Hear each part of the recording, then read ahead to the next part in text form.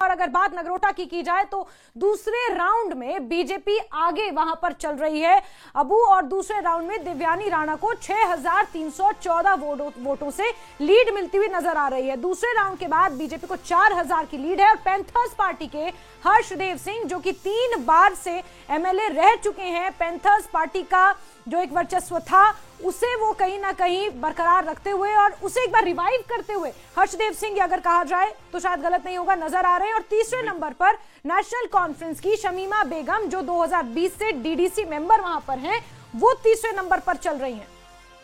तो बिल्कुल नगरोटा में तस्वीर बहुत हद तक साफ होती जा रही है और क्योंकि 1.5 घंटे काउंटिंग को गुजर चुके हैं और 1.5 घंटा बहुत होता है, शुरुआती रुझान अब एक तरह से खत्म हो गए और अब जो भी चीजें होंगी आगे बढ़ेंगी वो नतीजों की तरफ बढ़ेंगी। और खासतौर से नगरोटा और बडगाम की बात करें, यहां पर जो नतीजे आएंगे वो एक तरह से नतीजों और रिजल्ट में ही बदलते हुए चले जाएंगे। तो नगरोटा की खासतौर से हम बात कर रहे हैं जहां पर तस्वीर बहुत हद तक साफ है और बडगाम की देखिए इस वक्त बड़ी खबर आ रही है और नगरोटा की जो का ग्राफिक्स है वो हम आपको दिखा दें।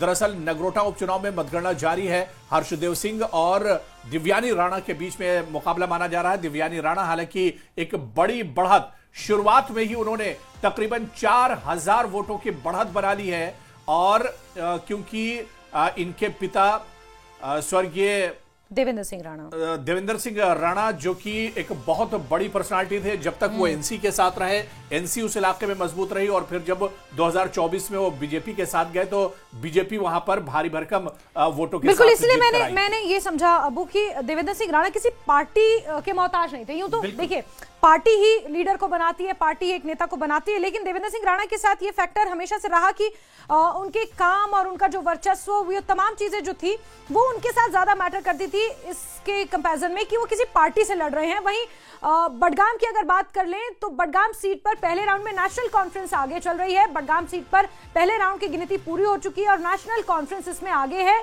आगा सईद महमूद 1152 वोटों से आगे चल रहे हैं। 3,000 से ज्यादा वोटों की गिनती वहां पर हो चुकी है और पहले राउंड में आगा सईद महमूद, जो कि नेशनल कॉन्फ्रेंस के उम्मीदवार हैं, वो आगे चल रहे हैं। और हमारे सहयोगी हमारे साथ जुड़े हुए हैं लगातार, समीर हमारे साथ बने हुए हैं और सरोज हमारे साथ जुड़े हैं। नगरोटा का हम जिक्र कर रहे हैं बहुत ज्यादा, लेकिन एक बार बडगाम का भी देख लेते हैं नंबर गेम। सरोज, 1152 वोटों से आगा सईद महमूद आगे चल रहे हैं और काफी हद तक ये प्रिडिक्टेबल भी है कि नेशनल कॉन्फ्रेंस यहां से लीड ले सकती है। और बिल्कुल सरोज, इतना तो जरूर है कि ये नेशनल कॉन्फ्रेंस के लिए थोड़ी सी राहत की खबर है। हाँ देखिए, हालांकि अभी पहला ही राउंड हुआ है और अभी करीबन 14 राउंड्स और बाकी है, कुल मिला के 15 राउंड्स हैं और 17 कैंडिडेट्स है। देखिए अभी आप जब कह रहे थे जैस्मिन की किस प्रिडिक्टेबिलिटी पे या किस जजमेंट या असेसमेंट पे हम लोग कह रहे हैं कि 1700 से 2000 जो विनिंग ये रहेगी, इसमें फैक्टर रहेगी, आप देख लीजिए 60,000 वोट पड़े हुए हैं और टोटल 17 कैंडिडेट्स है।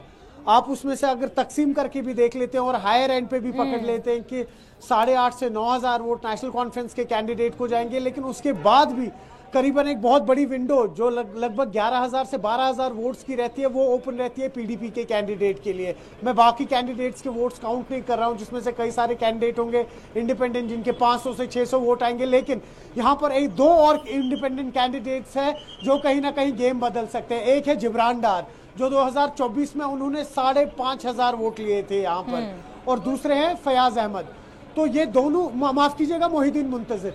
तो ये दोनों कैंडिडेट्स जो हैं, ये लोग भी एक बहुत बड़ा डिसाइसिव फैक्टर रख पाएंगे।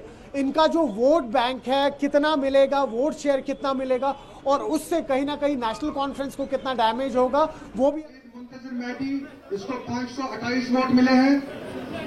दीपा खान, इसको 29 वोट मिले हैं। फारूक अहमद को 4 वोट मिले हैं।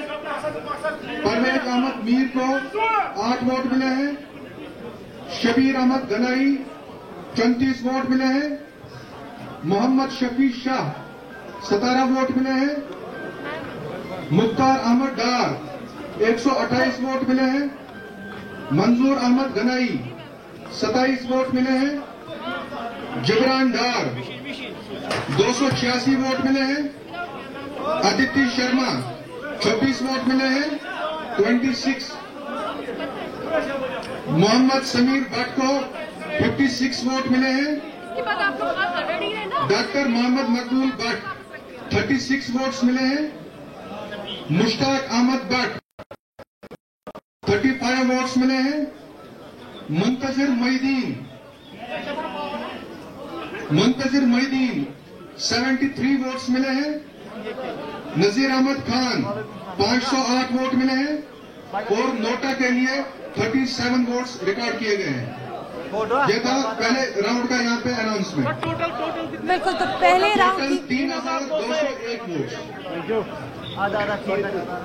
देखिए आगा सईद महमूद ही सबसे आगे चल रहे हैं और जिसका जिक्र किया जा रहा था, मुंतजिर मोहिउद्दीन इंडिपेंडेंटली लड़ रहे हैं जम्मू कश्मीर। अपनी पार्टी से उन्हें बाहर जब कर दिया गया था पार्टी विरोधी गतिविधियों के लिए, उसके बाद वो इंडिपेंडेंटली यहाँ पर काफी एक्टिव नजर आए और चुनावों के दौरान, चुनावों के जो प्रचार प्रसार था उसके दौरान भी काफी तरह की बयानबाजियां करते हुए नजर आए। तो तस्वीर जैस्मिन एक तरह से बडगाम में भी अभी तो क्लियर नहीं कह सकते, लेकिन पहला राउंड क्लियर हो गया है, पहला राउंड मुकम्मल हो चुका है और पहले राउंड में आप देखिए कि 3200 कुछ वोट। ठीक है, एक बार समीर के पास चलते हैं, नगरोटा से कुछ अपडेट है। जी समीर। जी एक अपडेट है और राजन मेरे साथ है। अपडेट देखिए 3 राउंड के बाद जो है 11,081 वोट टोटल जो है ये देवयानी राणा के हो चुके हैं, यानी कि जो उनकी लीड है वो अपने जो सेकंड जो उनसे हैं हर्षदेव सिंह 4180, यानी कि आप मान के चलिए कि लगभग 6,000 की लीड जो है उनकी हो चुकी है। 6,000 से ज्यादा की लीड जो है 7,000 की लीड उनकी हो चुकी है और शमीमा बेगम जो है वो कहीं ना कहीं नेशनल कॉन्फ्रेंस यहाँ पे पिछड़ती हुई दिखाई देती है। केवल 2654 वोट जो हैं वो नेशनल कॉन्फ्रेंस के इस वक्त हैं। थर्ड राउंड खत्म, यानी कि थर्ड राउंड खत्म हो गया। फोर्थ राउंड के भी अभी रिजल्ट जो हैं वो कुछ ही पलों में आने वाले हैं और यो हमें सूत्र बताते हैं कि फोर्थ राउंड में भी बीजेपी की देवयानी राणा आगे हैं। हालांकि जो ऑफिशियल अभी जो उसका चार्ट है वो भी आ जाएगा, लेकिन चौथे राउंड में भी हम ये ब्रेक कर सकते हैं कि देवयानी राणा बीजेपी की आगे हैं। ठीक है, तो देखिए एक खबर ये भी है कि देवयानी राणा का जो मार्जिन है जीत मतलब लीड का वो बढ़ रहा है, धीरे धीरे बढ़ रहा है। पहले राउंड में कम था, उसके बाद सेकंड राउंड में 4,000 के करीब हो गया, अब थर्ड राउंड में वो बढ़ के 7,000 के करीब हो गया है। हालांकि हर्षदेव का भी वोट बढ़ रहा है, हर्षदेव सिंह भी अपना वोट बढ़ा रहे हैं, उनका भी 4,000 से ज्यादा हुआ है, लेकिन कहीं ना कहीं देवयानी राणा बहुत आगे चली गई है। और ये जो लीड है क्या ये आगे चलती रहती है, क्योंकि अभी बहुत सारे राउंड है, अभी हम लास्ट तक कुछ नहीं कह सकते हैं कि कौन आगे होगा, लेकिन जो इशारा दे रहा है कि देवयानी राणा ये चुनाव बिल्कुल जीत सकती है। समीर, यहाँ पर तो बड़ी खबर ये है कि नगरोटा में तीसरे राउंड की काउंटिंग पूरी हो चुकी है और उसमें देवयानी राणा ने बहुत ज्यादा बढ़त ले ली है। लगभग 5,267 वोट से वो आगे चल रही है। चौथे राउंड की काउंटिंग भी पूरी होने वाली है और अभी तक देवयानी राणा को 11,581 वोट मिल चुके हैं। पैंथर्स पार्टी के हर्षदेव सिंह को 1,590 वोट अभी तक मिले हैं। चौथे राउंड की काउंटिंग भी पूरी होने वाली है, लेकिन 6,000 के आसपास और 7,000 के आसपास का जो लीड है, जो मार्जिन है, वो देवयानी राणा के हक में जाता हुआ नजर आ रहा है, यानी कि बहुत आगे हैं। ये मार्जिन पाट पाना कितना संभव आपको लग रहा है अबू? बिल्कुल जैस्मिन, देखिए अगर इसी तरह से काफी तेजी से यहां पर काउंटिंग हो रही है और ऐसे ही काउंटिंग हुई तो 10:30 या कहिए कि 11 बजे तक तस्वीर बिल्कुल क्लियर हो जाएगी। और आप देखिए कि बडगाम में थोड़ा सा काउंटिंग स्लो कह लीजिए कि अभी वहां पर पहला राउंड हुआ है, जबकि नगरोटा में 3 राउंड पूरे हो गए और चौथे राउंड की यहां पर काउंटिंग चल रही है। बिल्कुल, और अभिजीत जसरोटिया जी हमारे साथ जुड़े हुए हैं, बीजेपी प्रवक्ता हैं, हमारे साथ जुड़े हैं। अभिजीत जी, बहुत बहुत स्वागत करती हूँ। नगरोटा से तो अच्छी खबर निकल कर आ रही है सामने आपके लिए। जी बिल्कुल सही है, नगरोटा से जिस तरह से हमने भी जो अनुमान लगाया था उसके अनुसार ही बिल्कुल सब सही चल रहा है और देवयानी जी एक अच्छे खासे मार्जिन के साथ नगरोटा से जीत रही। लेकिन जो देखने वाली बात वो है कि जो सो कॉल्ड इस समय रूलिंग पार्टी है वो तो दूसरे नंबर पर भी नहीं है, वो तो तीसरे नंबर पर भी शायद ही रहे। तो आज जो हाल हो चुका है यहाँ पर आप अपने सामने समझ सकते हैं कि यहाँ से टोटल अगर आप बात करें नगरोटा के लोगों ने क्योंकि जिस लेकिन बडगाम में नेशनल कॉन्फ्रेंस पहले नंबर पे है जसरोटिया जी। बडगाम में बडगाम की जहां तक बात है उधर भारतीय जनता पार्टी अपना पहले वोट बैंक से ज्यादा वोट जो है ज्यादा लेगी और इंप्रूव करेगी पहले से वहां पर। लेकिन जहां तक हम बात करें नगरोटा की, वहां पर आप देखें तो उमर साहब हो गए, इनके डिप्टी सीएम साहब हो गए, बिल्कुल यहाँ पर डेरा लगाए बैठे थे, कैंपिंग कर रहे थे। उसके बावजूद भी अगर टोटल इन लोग यहाँ से टाटा बाय बाय कर रहे हैं तो आप समझ सकते हैं कि जो रूलिंग पार्टी है इसका आज क्या हाल हो चुका है। बडगाम में भी अगर पहले से अपने वोट बैंक इंप्रूव करते हैं तब आप समझ सकते हैं कि शायद इनका कुछ वहां पर बचाव हो सकता है। लेकिन अगर पहले से का वोट बैंक वहां कम हो जाता है तो तब भी आप समझ सकते हैं कि लोगों का रुझान किस तरफ है इस समय। बिल्कुल, लेकिन बडगाम को लेकर आप क्या कहेंगे? बडगाम में तो दूसरे नंबर पर भी बीजेपी नहीं है, तीसरे नंबर पर भी बीजेपी नजर नहीं आ रही है। देखिए बडगाम में क्योंकि पहले भी जो जिस हिसाब के जो पुराना हमारा जो रहा है वहां से, उसके हिसाब से अगर हम उसमें इंप्रूव करते हैं पहले से, अगर हम नहीं 24 में तो आप थे ही नहीं बडगाम में, बीजेपी तो 2024 में थी ही नहीं बडगाम में। नहीं, और बिल्कुल सही बात बीजेपी की तरफ से हमेशा जसरोटिया जी यही कहा गया कि ये हमारी एक टेस्टिंग है, एक तरह से हम कश्मीर में अब उतर रहे हैं और बाईपोल ही सही, लेकिन बीजेपी यहां पर अपने आप को एक तरह से टेस्ट करेगी। देखिए बीजेपी ने 2024 से पहले वाले चुनाव वहां पर लड़े थे, अगर आपको याद होगा तो। सरोज आप बोल सकते हैं, बीच में आप कुछ कहना चाह रहे हैं, आप बोल सकते हैं जी। उससे पहले का जो अभिजीत जी एक मिनट, हमारे सहयोगी ग्राउंड पर हैं, उनसे अपडेट ले लें। जी जी जी जी जी, बस मैं ये कह रहा हूं कि देखिए जो वोट मार्जिन है बीजेपी का, अगर हम परसेंटेज की बात करें तो वो पिछले 3-4 साल में काफी ज्यादा बढ़ा है।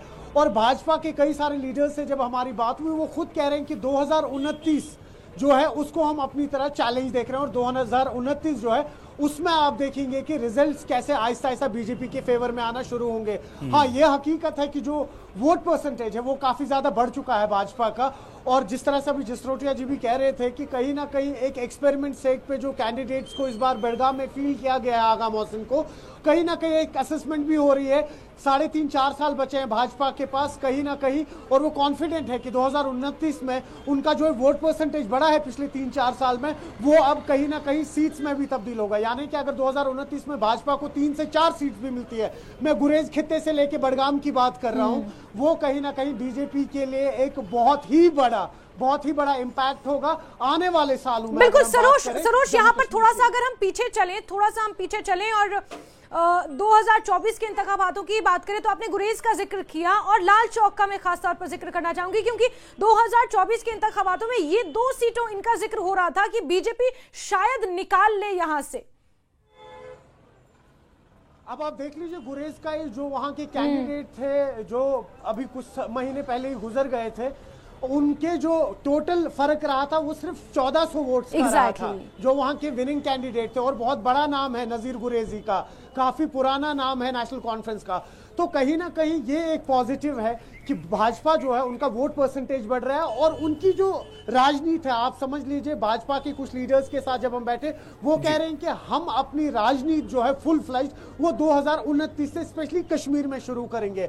अब 28 सीट ऑलरेडी जम्मू आ चुकी है, उसके बाद महज अगर 3 से 7 सीट उनकी 2029 में यहां आती है, तो कहीं ना कहीं भाजपा के लिए और जम्मू कश्मीर के पॉलिटिकल लैंडस्केप के लिए एक नया गेम होगा, एक नई गेम चेंज होगा। बिल्कुल। और इस बीच हमारे साथ इस चर्चा में, डिस्कशन में पीडीपी के तर्जुमान रफीक राथर साहब भी हमारे साथ जुड़ गए। रफीक राथर साहब, आपका भी बहुत इस्तकबाल है न्यूज 18 जेकेएलएच में। क्या कुछ कहना चाहेंगे? नगरोटा में आप थे नहीं और बडगाम में आप नजर नहीं आ रहे हैं, क्या कुछ कहेंगे रफीक साहब? पहला आपका रिएक्शन। का जो रिजल्ट है वो एक्सपेक्टेड लाइंस पर था। हम समझते थे कि क्यों बीजेपी की ठीक ठाक वहां पर बढ़त होगी, और ऐसा ही अभी देखने में आया है। लेकिन जहां तक आपका बडगाम का तालुका, अभी एक ही राउंड की काउंटिंग हुई है और हम कुछ 1100 वोट पीछे। लेकिन आपको याद रखना पड़ेगा जो यहाँ की पॉलिटिकल ज्योग्राफी जो है वो डिफरेंट सेक्टर्स में बांटी गई है। खासकर बडगाम की मैं बात करूंगा तो वहां पर अभी आप ये इस तरह का एक्सपेक्ट करना कि सिर्फ एक राउंड में ही आप अगर एक परसेप्शन बनाएंगे कि नेशनल कॉन्फ्रेंस आ गया, तो मुझे ऐसा नहीं लगता है। मैं पूरी उम्मीद हूं कि ये सीट पीडीपी के खाते में जाएगी, क्योंकि अभी 14 राउंड्स आपके बाकी हैं, और जो अभी उनका अपना इलाका है जहां के मुंतजिर साहब हैं, वहां पर हमें भारी अक्सरियत मिलेगी, और उम्मीद ही है कि इंशाल्लाह ये सीट हमारे हक में जाएगी। मुझे पूरी उम्मीद है। लेकिन ये ऐसा नहीं है कि पहले राउंड में बढ़त जो होगी तो वो जारी रहेगी बाकी राउंड्स में। मुझे तो ऐसा अभी लेकिन राठौर साहब ऐसा है क्या कि पीडीपी कहीं ना कहीं इस बात को समझती थी कि नेशनल कॉन्फ्रेंस का मुकाबला इस सीट पर करना इतना आसान मौजूदा परिस्थितियों में नहीं है, और 2024 के इंतखाबातों के जो नतीजे आए, पीडीपी किस तरह हाशिए पर चली गई और आज भी अपने वर्चस्व की लड़ाई कहीं ना कहीं घाटी में खासतौर पर लड़ रही है, जहां पर एक वक्त हुकूमत में भी थी। और ऐसे में वो एग्रेसिव कैंपेनिंग और उस तरह की सभाएं, रैलियां भी पीडीपी की तरफ से हमने नहीं देखी, जिस तरह की नेशनल कॉन्फ्रेंस या बीजेपी की तरफ से हमने देखी बडगाम सीट पर खास तौर पर। नहीं नहीं, मुझे नहीं लगता है कि आपने सही बात कह दी, क्योंकि जिस तरह से हमने कंपेनिंग की और अगर वहां पर कोई एग्रेसिव कंपेन रही तो वो तो पीपल्स डेमोक्रेटिक पार्टी की रही, वो सारी चैनल्स ने दिखाई। मुझे नहीं पता कि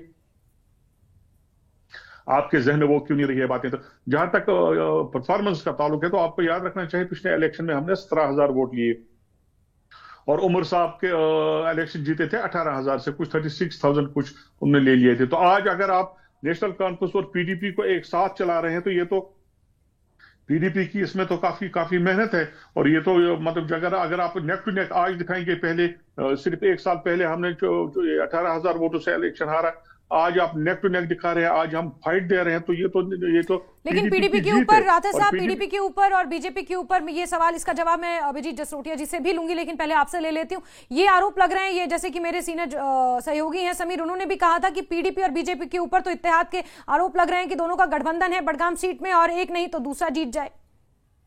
अगर बडगाम में ऐसा होता तो फिर बीजेपी वहां पर कैंडिडेट ही खड़ा नहीं करती। तो ये परसेप्शन है, उन लोगों का परसेप्शन है जो बाजाबता बीजेपी के साथ मिले हैं अंदर से और वो चोर सिपाही का खेल कर रहे हैं, लोगों को धोखा दे रहे हैं की कोशिश कर रहे हैं। लेकिन दुनिया जानती है, सारा कश्मीर जानता है कि बीजेपी और एनसी की एक हिडन अंडरस्टैंडिंग एक है सरकार को चलाने में। तो ये कहना कि जी बीजेपी या पीडीपी का कोई अलायंस रहा है, ये बिल्कुल सरासर गलत है और मैं इसको नहीं मानता। और नगरोटा से इस वक्त बड़ी खबर, जहां पर अभी तक दिव्यानी राणा को 16,896 वोट मिले हैं। जी हां, एक बड़ी बढ़त की तरफ बढ़ रही है दिव्यानी राणा। बीजेपी को एक बड़ी बढ़त मिल रही है। अभी तक दिव्यानी राणा को 16,869 वोट मिल चुके हैं। 4 राउंड की यहां पर काउंटिंग एक तरह से पूरी हो चुकी है। तो नगरोटा से बीजेपी के लिए बड़ी खबर आ रही है। डॉक्टर अभिजीत जसरोटिया जी। बिल्कुल, मैंने नगरोटा का पहले भी आपसे यही जिक्र किया कि जैसे एक्सपेक्टेड है उसी तरह से ये आगे जा रहा है, क्योंकि जिस तरह की मेहनत हम लोगों ने की और जिस तरह से खासकर लोगों ने जो हमारा साथ दिया है इसके अंदर, क्योंकि हमारा पूरे का पूरा कैडर, हमारे सभी के सभी लोग यहाँ पर काम कर रहे थे। लेकिन एक बात जो आप बडगाम की कह रहे थे, मैं बडगाम को वही कह रहा था आपको कि इससे पिछले चुनाव जब डीडीसी बीडीसी के हुए तब भी हमारे यही कैंडिडेट थे जो आज हमारे एमएलए कैंडिडेट है, और उस समय मैं ही इनके साथ कैंपेनिंग कर रहा था। रादर वो आप समझ लीजिए कि जैसे कोई स्टार्ट होता है उस हिसाब से हमने स्टार्ट किया था। हमें उम्मीद नहीं थी कि तब भी हमारे जो वोट बैंक के हम काफी सेटिस्फाइड थे एज ए स्टार्टर हमने जो वहां पर चुनाव लड़े थे, क्योंकि मैं खुद 4-5 दिन मैंने कैंपेनिंग की थी इनके साथ। तो हमारा एज ए स्टार्टर ठीक था। अगर आप उसके कंपैरिजन में आज देखेंगे हमारे, तो हमारे वोट बैंक काफी अच्छे हद तक इंप्रूव हुआ है। और यही चीज है कि जहां पर आज तक बीजेपी को सभी के सभी लोग हमारे खिलाफ प्रोपोगंडा कर हमें ये सोच रहे थे कि ये कभी भी घाटी के अंदर जो है कमल नहीं खिला सकते। डीडीसी में हमने कमल खिलाए थे, अगर आपको याद है। तो उसी तरह से रुझान इस तरफ भी जा रहा है और आने वाले समय में आप देखिएगा। लेकिन अभिजीत जसरोटिया जी, ठीक है, जम्मू खित्ते में आपने एक अच्छी जीत दर्ज की थी 2024 के विधानसभा चुनावों में। नगरोटा में भी आप लीड लेते हुए नजर आ रहे हैं। लेकिन अगर घाटी की बात की जाए तो बार बार ऐसा क्यों होता है? बीजेपी ही उस गठबंधन का सेंटर पॉइंट क्यों होती है? चाहे नेशनल कॉन्फ्रेंस आरोप लगाए, नेशनल कॉन्फ्रेंस कहती है पीडीपी और बीजेपी का गठबंधन है, पीडीपी कहती है नेशनल कॉन्फ्रेंस और बीजेपी का गठबंधन है। बीजेपी इस खेल में फंस जाती है। देखें, सबसे बड़ी बात ये आती है कि इन सब चीजों को अगर आप देखें, सभी के सभी हमारे साथ आना चाहते हैं। अब ये भारतीय जनता पार्टी किसके साथ जाना चाहती, किसके साथ जाना चाहती, ये तो हम ही डिसाइड करेंगे, सबसे पहली बात। और हमारे लिए सर्वप्रथम देश है, उसके बाद हमारे लिए बाकी चीजों और सियासत बाद में आती है। तो हम इसी हिसाब से देखते हैं। हम तो सभी को मौका देते हैं। क्या उमर साहब Bharatiya Janata party national conference और पीडीपी दोनों ही आपके साथ रह चुके हैं, बीजेपी के साथ रह चुके हैं जी बिल्कुल। लेकिन इस चीज का डैमेज भी तो बीजेपी को होता है ना, जनता के बीच जो परसेप्शन जाता है उसका डैमेज भी तो आपको सामना करना पड़ता है ना उसका। चलें, 1 मिनट मुझे दीजिएगा मेरी बात कंप्लीट करने को। सबसे बड़ी बात यह आती है कि हमने सभी को मौका दिया। उमर साहब इसी किंडरगार्टन से पढ़कर गए, यही यूनियन मंत्री पढ़े थे, बने थे यहाँ से। उसके बाद बीडीपी को भी हमने मौका दिया। हम तो कहते हैं सबका साथ सबका विकास के चलते चाहे देश को आगे लेकर जाते हैं, हम डैमेज की परवाह नहीं करते जी।